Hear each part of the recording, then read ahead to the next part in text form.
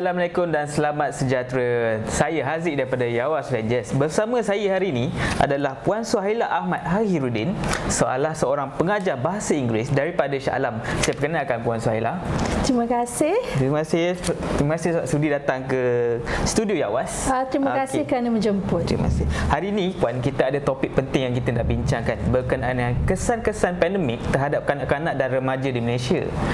So dekat kita punya audiens, kita punya Facebook, ramai daripada ibu-ibu ataupun parents muda yang kebanyakannya ini kali pertama lah kita menghadapi pandemik seperti ini kan.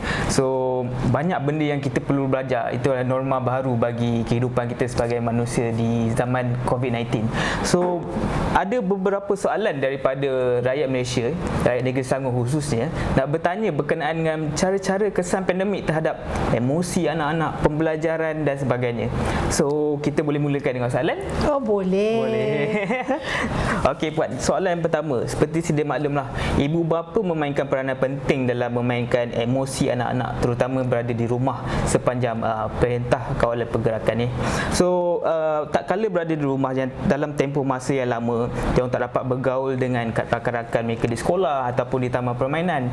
Bagaimana cara kita nak menguruskan ataupun menghandle emosi anak-anak ni di kala pandemik ni? Okey. Bila kita cakap tentang emosi ni adalah benda yang kita tak nampak. Dan tapi kita boleh luahkan dia, okey, dan itulah yang kita nampak apakah hasil daripada emosi itu. Selalu yang kita selalu lupa adalah emosi ni adalah satu magnet. So maknanya kalau kita positif, kita akan keluarkan juga emosi yang positif. Tapi kalau kita negatif, kita juga akan keluarkan emosi yang negatif. Jadi orang yang sepatutnya kawal emosi adalah mereka yang boleh berfikir, yang matang, iaitu orang dewasa. Jadi dalam konteks macam tadi, kita kata tentang di rumah, yang dewasa adalah ibu bapa. Jadi untuk kawal emosi kanak-kanak dan remaja-remaja ini, yang pertama patut kawal emosi adalah ibu bapa dahulu. Kerana semua orang terkesan dan ibu bapa antara yang paling terkesan mungkin di dalam rumah tersebut. Jadi walau apa pun keadaan, ibu bapa perlu kawal emosi dahulu sebelum kita fikirkan tentang kawal emosi anak-anak. Faham? Okey, clear dengan jawapan daripada Puan Suhaila tadi berkenaan dengan cara bagaimana kita nak mengawal emosi anak-anak terutama di zaman COVID-19, di zaman pandemik ni di rumah. Okey. Soalan yang kedua daripada rakyat Negeri Selangor yang kita dapat, okey, kita ada buat sedikit kajian. Menurut tinjauan Kebangsaan Kesihatan dan Mobiliti 2019 mendapati 424,000 kanak-kanak Puan mengalami masalah kesihatan mental. Okey, boleh Puan terangkan kepada kami cara untuk kita mengatasi kesihatan mental terhadap kanak-kanak dan implikasinya semasa pandemik ini? Okey. Bila kita bercakap tentang kesihatan mental, perkataan kesihatan itu sendiri telah orang kata kita dah kecilkan domain dia, siapa yang boleh menguruskannya. Kita tak boleh macam pandai-pandai rasa okey, I can handle this. Okey, sebab kadang-kadang bila kita bercakap tentang kesihatan mental, kita perlukan pertolongan. Okey, dan sebab itulah nombor yang kita dapat tu bukanlah orang-orang biasa yang keluarkan. Ia adalah kajian yang telah dijalankan oleh mereka yang memang berkhususan kepada kesihatan mental. Cuma sekarang ini adalah kita mungkin tidak sedar yang kita mempunyai isu kesihatan mental itu. Jadi kita perlulah satu, banyak membaca, okay, dan tahu mungkin apakah tanda-tanda yang melihatkan kita ada kesihatan mental itu ataupun masalah kesihatan mental itu. Jadi kita perlu bantu diri kita dan jangan diam sahaja. Kerana kalau kita diam, penyakit itu ataupun masalah kesihatan mental itu boleh menjadi lebih teruk, terutama ketika pandemik sekarang. Jawapan sangat baik daripada Puan Suhaila berkenaan dengan cara kita merawat kesihatan mental kita sendiri yang kadang-kadang kita tak perasan pun yang kita ada kesihatan mental. Selalunya memang kita tidak akan perasan, betul. Sebab kita akan berada dalam satu keadaan denial. Kita rasa macam ini hanyalah satu fasa, padahal mungkin ia adalah sesuatu yang agak permanen. Faham? Okey Puan, soalan yang seterusnya, kita tak nafikan penularan COVID-19 masih tidak menunjukkan tanda reda lagi, masih di kes 1,000 lebih, 2,000 kadang-kadang. Okey, berkenaan dengan pembelajaran secara dalam talian, bukan mudah untuk kita laksanakan pembelajaran secara dalam talian ni. Kalau sebagai guru pun kita tahu susah, sebagai parents lagilah susah, dan kanak-kanak tu tersendiri. Okey, ibu bapa mungkin dia tempias dengan kesan-kesan pandemik dari segi kehilangan kerja.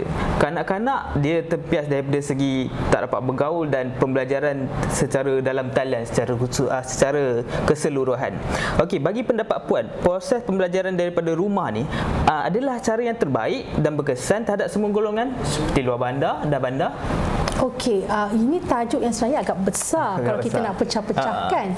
Okey, tapi kita kena faham dengan keadaan pandemik sekarang ialah satu keadaan yang kita tidak pernah ada sebelum ini. Dan kita tidak mempunyai masa yang lama untuk buat satu kajian dan kemudian barulah kita boleh lakukan sesuatu. Kerana dalam isu pendidikan kanak-kanak dan remaja, kita perlu lakukan ia secara berterusan. Sekiranya kita nak tunggu hasil kajian, mungkin bila pandemik ini dah habis baru kita dapat dia punya hasil.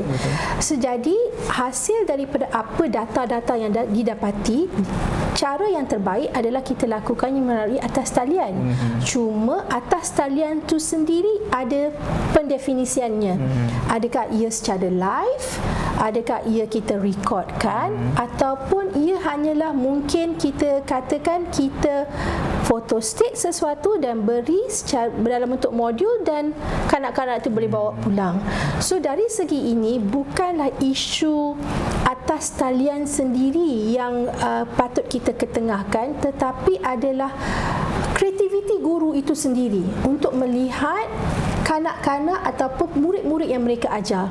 Sebab dalam kelas itu sendiri, katakan di luar bandar, akan ada kanak-kanak yang mungkin ada platform ataupun gadget yang boleh digunakan, tetapi dalam kelas yang sama mungkin tidak ada. Sama juga dengan di bandar.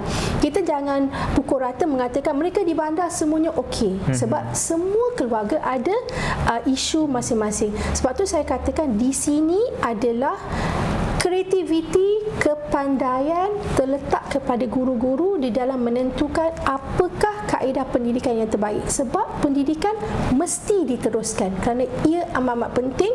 Sebab saya rasa macam yang tadi Tuan cakap, yang paling penting adalah kita tidak mahu mana-mana kanak-kanak ataupun remaja menghadapi keciciran dalam pendidikan. Betul, saya setuju. Okey, soalan yang keempat. Seperti sedia maklum, pandemik COVID-19 telah mengubah landscape kehidupan kita secara keseluruhan. Okey, dalam sebagai seorang dewasa dan kanak-kanak tak terkecuali dalam perkara ini, boleh Puan terangkan apa kesan emosi dan tingkah laku kanak-kanak sepanjang Perintah Kawalan Pergerakan?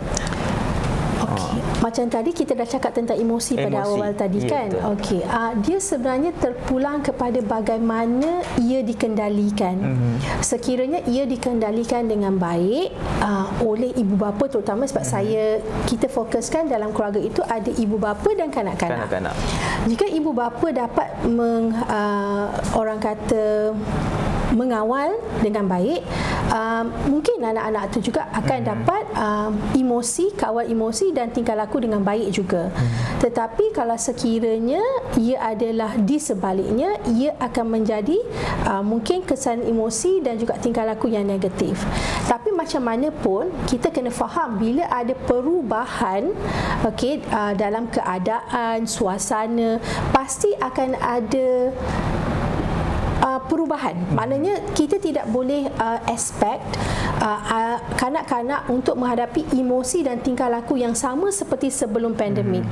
Jadi yang lebih penting di sini adalah tindakan yang kita lakukan sesuai dengan kanak-kanak tersebut dan keperluan mereka. Jadi itu yang boleh saya berikan kepada ibu bapa. Maknanya ibu bapa kenal anak-anak, kanak-kanak dan bagaimana untuk memenangi hati mereka supaya emosi dan tingkah laku terjaga.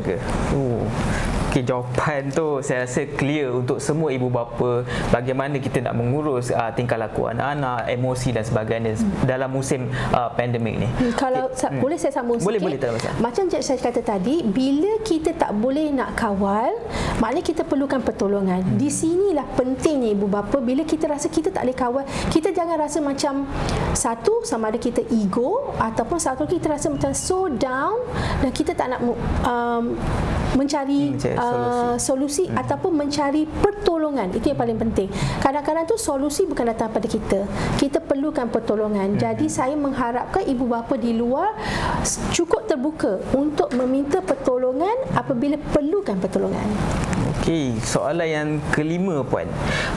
Menurut kajian sebuah pusat pakar psikologi, antara kebimbangan dan cabaran yang mungkin dihadapi oleh kanak-kanak berikutan krisis pandemik ni ialah masalah pembelajaran, termasuk isu buta huruf, Puan. Okey, menurut Puan, adakah perkara ini mungkin berlaku ataupun sudah berlaku sebelum pandemik? Sudah berlaku masa zaman sedulu dahulunya sudah akan ada isu buta huruf ini.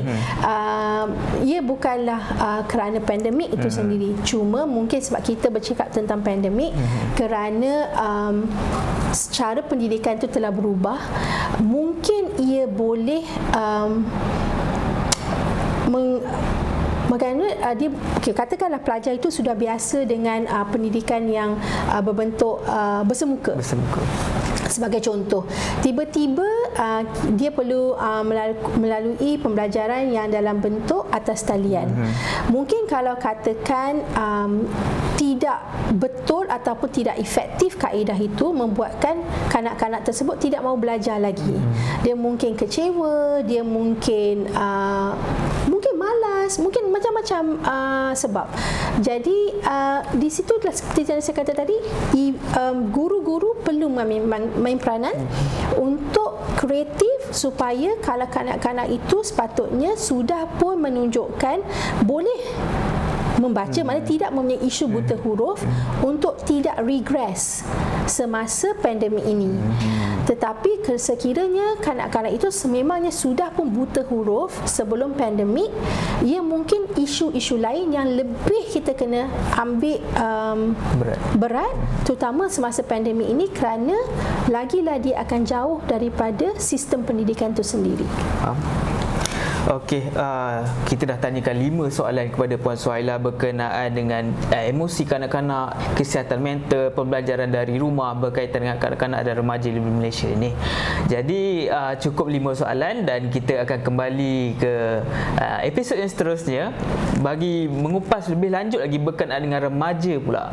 So kita jumpa lagi di masa yang akan datang. Assalamualaikum warahmatullahi wabarakatuh.